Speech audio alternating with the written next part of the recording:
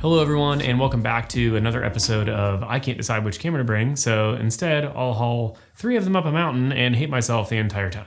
If you've seen my last video, you'll know that a few weeks ago, my wife Jillian and I spent some time in northern Washington, first passing through the North Cascades region, and in today's video, hiking and exploring some small towns near Mount Baker. In my bag, I had the Mamiya 645 Super, the Fuji X100V, and the Sony A7SIII. Jillian also shot some film that I'll be sharing throughout the video, which were all taken on her Canon Rebel 2000 with Fuji Xperia 400. Anyways, our day of hiking started with the soul-crushing sound of a 5:30 a.m. alarm. We had big plans for a sunrise hike on the Upper Lodge to Artist Point Trail, notorious for being one of the most scenic hikes in the state, with one of the best views you can get of Mount Baker. We started our hike just after sunrise, which unfortunately didn't matter because we were completely fogged in with zero visibility of the mountains all around us, but it did make for some very dramatic and moody conditions. My first roll in the Mamiya was Portrait 800, basically just to avoid having to hike with a tripod. As you can see, there wasn't a ton of light to work with, and I'm actually quite pleased with how it performed in this first shot. The composition came together nicely too, with this log on the left balancing out the image a bit, and the stream sort of leading your eye through a few turns in this colorful ground cover and back toward the focal point of the image, which were these fog-covered trees.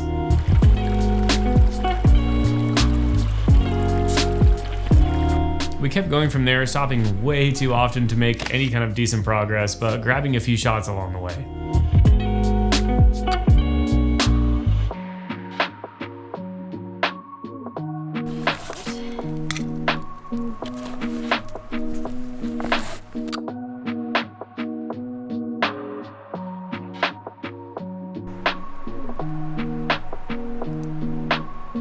In the summertime, this road is actually open and you can drive all the way up to Artist Point, or at least very close to it. Without a light source, it feels very flat and a little bit boring, I think. A fun memory though, and maybe one to revisit someday. Well, we are pretty high up here. Steepest part of the hike, we started like past that other ridgeline you can see right there. Here's Jillian, working her way up. I think I'm gonna grab a photo with her right there. Try to maybe shoot it vertically and get a cool composition with all this greenery kind of leading out this way. So we'll see how it goes.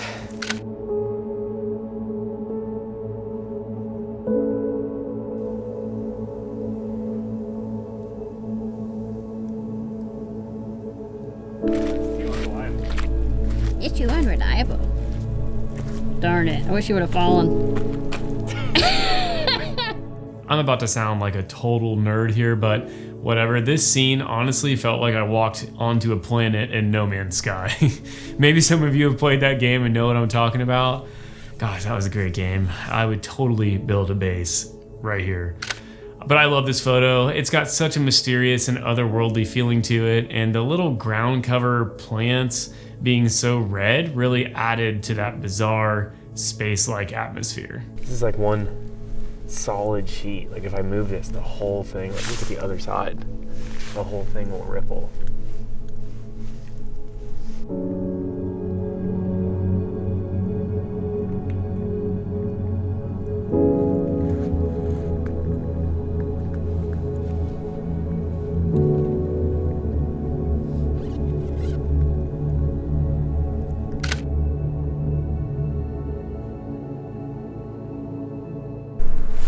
I'm just gonna go over exposure because I'm afraid that snow is tricking it.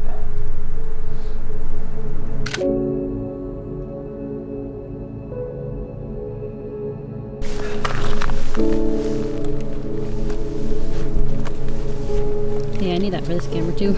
Okay. Oh, that's better.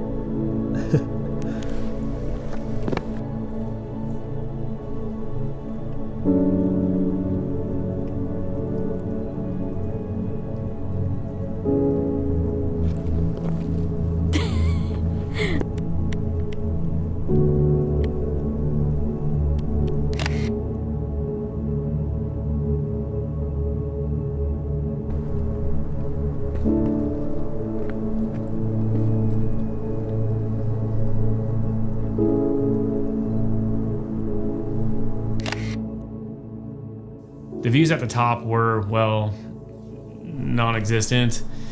Jillian snagged a handful of photos while I FaceTimed my buddy Josh just to say what up from a mountaintop and laugh about how we got absolutely skunked by the weather. We waited for about a half hour for the conditions to clear, but saw no change, so we turned around and started our trek back down.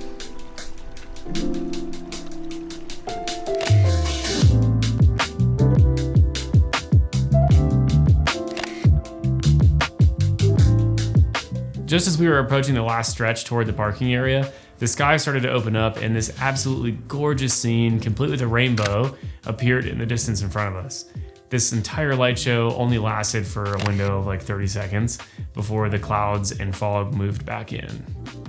I snagged this photo of the path before putting my bag back on, and I actually like how you get to see these very distinct diagonal layers of texture and color across the entire frame.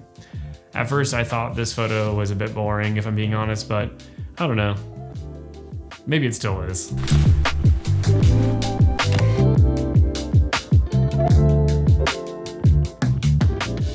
I'm pretty bad about forgetting to shoot these little detail cutaways whenever I'm out, so I forced myself to slow down and put the pretty impressive minimum focus distance of the 55mm 2.8 on the Mamiya to use.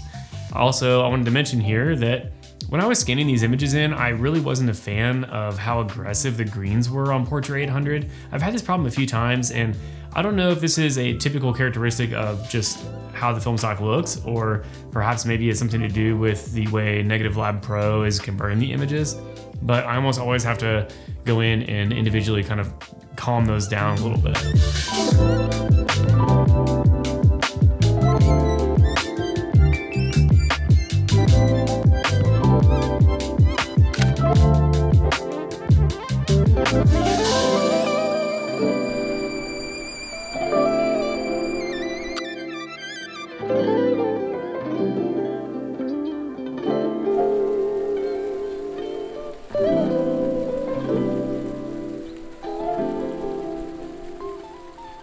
Jillian had a cool idea this day to shoot a similar photo of this little ski hut on the way out and then on the way back.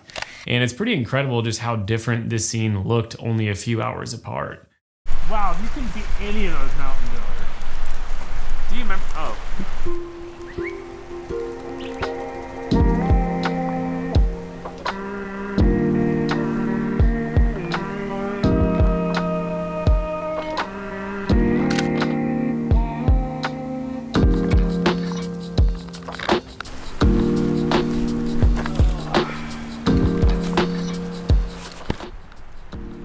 Look at this little miniature tree with a miniature lake. It's precious. After we got back to the car, it was clear enough that we were able to see the mountains that we didn't even know existed that morning. We were pretty spent from the hike, so after borderline overdosing on beef jerky back at the car, we started our drive back down the Mount Baker Highway, which is when I saw this really cool little side road just absolutely screaming fall at the top of its lungs. So I pulled over and grabbed a few photos.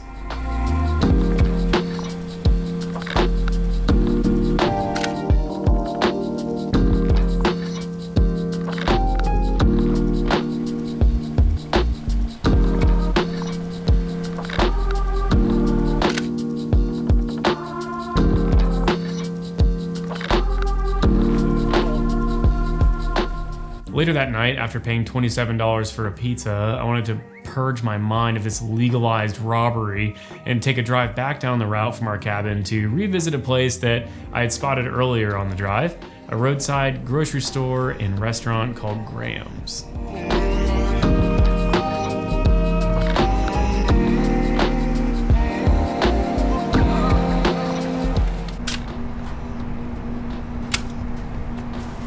Yeah.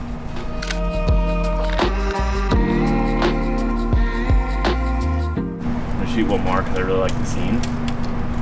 I will just switch the composition so it's a little different.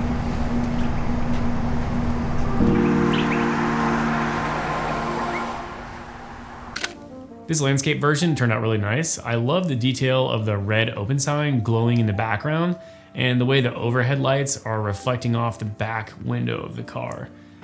Also, I'm such a sucker for the way the shadows at the bottom just sort of smoothly fall off into a void of grainy nothingness.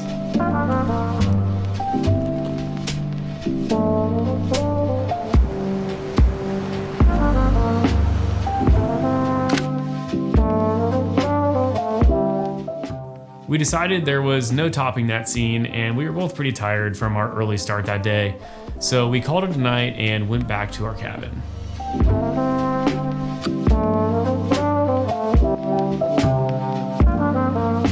To recap, out of all the photos I shot that day, these were the keepers, and I would say this one and this one are my favorites of the bunch. Overall, I feel like this day was a success, even though at times I became pretty frustrated by how much gear I was hauling around, and thus how many options for cameras, formats, and such I had to choose from every time I went to take a photo. As I get older, I'm 33 by the way, I find myself wanting to simplify more things in my life, including what gear I'm lugging around, and it's strange, but the less clutter and mess and things that I have, the more each one means to me and the clearer my mind is. I think the key thing is that I'm making less decisions, and less decisions means stressing less about making the right decisions. I think in that way, limitation can be a good thing. Keeping your focus on composition and lighting and all the other important elements of a good image, and not on what format or lens or body I want to shoot it on.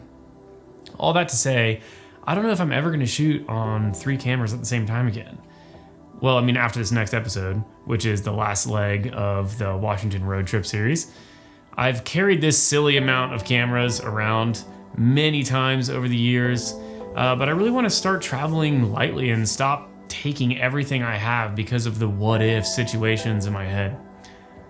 Sorry for the rant, I'm more just reminding myself at this point, I suppose. Well, I hope you've enjoyed this video. If you did, it really helps me out when you hit that like button and subscribe to the channel. I've got some exciting new videos on the way. Thank you again for watching, and I will see you in the next one.